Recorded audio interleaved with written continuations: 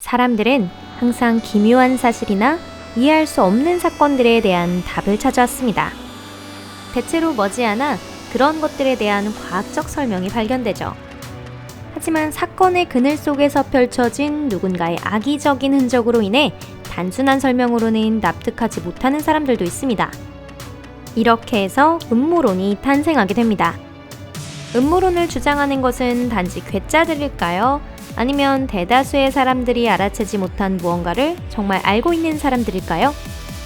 여러분 안녕하세요. 그럼 오늘도 시작해 보겠습니다.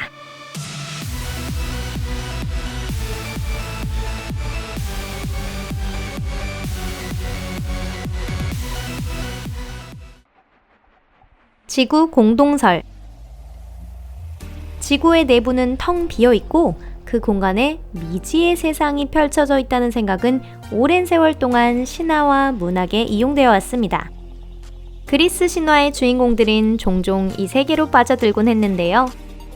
에드먼드 헨리는 자신의 이름이 붙은 혜성을 발견한 것으로 알려져 있는데 지구 내부에는 여러 개의 공간이 존재하며 아마 그곳에서 거주도 가능할 것이다 라고 최초로 제창한 인물이기도 합니다.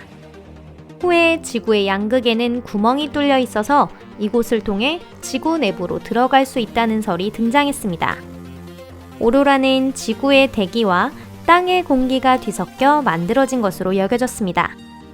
미국의 존 퀸시 애덤스 대통령은 일전 이 수수께끼를 찾기 위해 극지방으로 가는 조사대에 투자금을 지원할 정도였어요. 이 수수께끼의 입구를 누구도 찾지 못한 것 등 지구 공동설에 모순되는 사실이 많이 존재함에도 불구하고 지금까지도 이 가설을 지지하는 사람은 존재하고 있습니다. 아돌프 히틀러나 나치 당원 간부들이 전쟁 후 살아남아 지하세계로 도망쳤다고 생각하는 사람들마저 있는데요. 현대의 지구 공동설 지지자들은 인류는 깊이 12km 이상의 구멍을 판 적이 없고 그 때문에 더 깊은 곳에는 무엇이 있는지 알 수 없다는 점을 근거로 삼고 있습니다.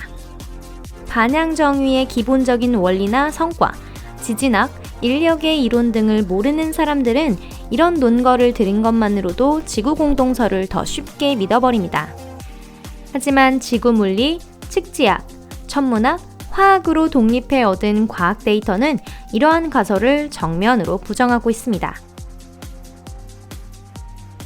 달은 인공물이라는 설. 미국인의 달 착륙 조작에 대한 의심은 굉장히 널리 퍼져 있습니다. 달 표면에 착륙한 우주비행사 버즈 올드린은 진실을 증명하기 위해 자신을 거짓말쟁이로 몰아가는 사람들을 어떻게든 설득해야만 하는 상황에 몰릴 지경이었어요. 하지만 만약 많은 사람들이 달 착륙에 대해 의심을 품는다면 달 자체의 존재는 의심할 필요가 없는 것처럼 보일 수도 있습니다. 그렇지만 달은 우리가 알고 있는 것이 아니다 라는 이론이 산더미처럼 존재합니다. 달은 진정한 공동의 우주물체이며 내부에는 우주인이 살고 있다고 주장하는 음모론자도 있죠. 또 애당초 달이란 존재하지 않는다고 말하는 사람도 있습니다. 그들의 말에 따르면 달은 그림이 그려진 거대한 우주선이라고 합니다. 하지만 전 세계를 속이려는 이 시도는 오래전부터 계속되어 왔는데 이 정도로 규모가 큰 거짓말이 어떻게 계획된 것인지는 아무도 설명하지 못했죠. 무엇보다 이 같은 일을 할 필요가 도대체 어디에 있을까요? HIV와 에이즈는 존재하지 않는다는 설. 인간 면역 결핍 바이러스가 발견된 이래 몇백만 명의 사람들이 이 바이러스에 의해 목숨을 잃었습니다. 연구자들은 HIV는 에이즈를 발병시키는 것, 그리고 에이즈는 죽음에 이르게 하는 병이라는 것을 믿어 의심치 않았죠. 하지만 이 전제 양쪽 모두에 대해 의심을 품는 사람이 많습니다. 에이즈 부정파의 이론은 여러 가지가 있어요. HIV는 존재하지 않는다고 주장하는 사람도 있지만 면역계는 충분히 HIV와 싸울 수 있기 때문에 에이즈는 뭔가 다른 것이 원인으로 발병된다고 주장하는 사람도 있습니다. 또한 에이즈를 발병시키는 것은 의사가 HIV 감염자에게 처방하는 항레트로 바이러스제라고 생각하는 사람도 있습니다. 반면 부정파의 사람들 모두 HIV는 어떤 집단의 목적으로 만들어졌다고 생각하는 점에서는 일치하고 있습니다. 공적으로 등록된 HIV의 진단은 모두 세계보건기관의 데이터베이스로 기재되어 있는데요. 대략의 실제 감염 건수를 알기 위해서는 보고되는 감염 건수에 개수를 더해 산출하는데 그 개수가 점점 올라가고 있습니다. 이를테면 1996년 아프리카에서 보고된 감염 건수는 12배로 증가했는데 수년 후에 이 개수는 38이 되어 있었습니다. 이 정도 기세라면 아프리카에 있는 HIV 감염자 수가 과거 수년에 비해 400만 명이나 증가한 것도 이상하지 않은 거죠. 2010년 HIV 감염자 수는 세계적으로 3,400만 명이었습니다. 하지만 이 데이터에는 누적적인 성질이 있다는 것, 즉 1980년대 초반의 정보가 포함되어 있는 것에 대해 세계보건기구는 침묵하고 있습니다. 새로운 글로벌 감염증이자 죽음마저 초래하는 위험한 이 감염증은 사실 현실의 문제로부터 주의를 끌기 위한 도구이며 국가 자금으로부터 방대한 자금을 얻기 위한 계략일지도 모릅니다. 에이즈 치료기관이 과학적으로 입증되지 않은 이론을 이용해 사람들을 조종하고 있다는 것은 충분히 있을 수 있는 일이에요. 하지만 이는 어디까지나 가설이고 추측일 뿐입니다. 이집트 피라미드는 곡물 저장소라는 설.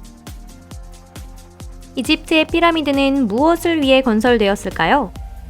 보수적인 역사학자나 고고학자는 아마 피라미드라고 하는 것은 영묘임과 동시에 죽은 파라오에게 경의를 표하기 위해 만들어진 장대한 기념비이다 라고 말할 것입니다. 하지만 신경외과로 과거 공화당부터 미국 대통령 후보에까지 이름을 올린 벤 카슨 씨는 다른 생각을 하고 있었어요. 그의 말에 의하면 피라미드는 곡물 저장고라고 합니다. 구약 성경 중 요셉은 다가올 기근을 예지하고 흉작의 시기에 사람들에게 음식을 주기 위해 곡물 저장고를 열어달라고 파라오에게 부탁했습니다. 카슨 씨는 요셉이 곡물이 보관되고 있던 피라미드를 열어야 할 필요성을 잘 설명했다고 생각했습니다. 참고로 이 가설은 최근에 생긴 것이 아니고 공학적인 증거도 존재하고 있다고 해요. 피라미드는 상부에서 곡식을 넣고 입구를 통해 아래쪽에서 꺼내기에 아주 편리한 구조로 되어 있습니다. 유일한 문제점이라면 피라미드는 공동의 건물이 아니라는 점이죠. 이집트인들로서는 거대한 곡식 저장고를 곡물을 위한 공간만으로 지었다면 지나친 이야기일 겁니다. 거기다 이런 용도에 적합한 구조가 있다는 것을 깨닫는데 신경외과까지 갈 필요도 없습니다. 그도 아니면 혹시 벤 카슨 씨는 우리가 모르는 무언가를 알고 있는 것이 아닐까요? 블루빔 프로젝트. 의식을 컨트롤하는 기술은 끊임없이 계속 진보해 나가고 있습니다. 블루빔 프로젝트는 눈앞에서 일어나고 있는 일이 거짓임을 느끼는 것도 불가능할 정도로 대규모의 압도적인 위력이 있는 가상세계를 만들어내는 것을 목표로 하고 있습니다. 연구자들의 보고에 의하면 이 프로젝트에서는 강한 레이저 광선과 지구상의 모든 장소에 영상을 비추는 위성 수상기가 사용되고 있다고 합니다. 영상의 내용은 인류를 공포에 빠뜨릴지도 모릅니다. 음모론자들은 이를 외계에서 온 침략자라고 주장하고 있는데요. 이 정도로 거대한 규모를 가진 리얼리티 쇼의 임팩트는 음성이 붙여지면 한층 더 강해집니다. 이와 같은 사건은 통일 세계 정부 출범하에 세계가 결속하기 위한 충분한 근거가 될 수 있습니다. 홀로그램으로 비치는 시나리오 중 하나는 그리스도의 두 번째 출현으로 그 결과 가짜 구세주가 나타날 것이라는 의견도 있습니다. 이것은 리더가 외계인으로부터 인류를 구하는 세계적인 목표의 마지막 장면이 될지도 모르겠어요.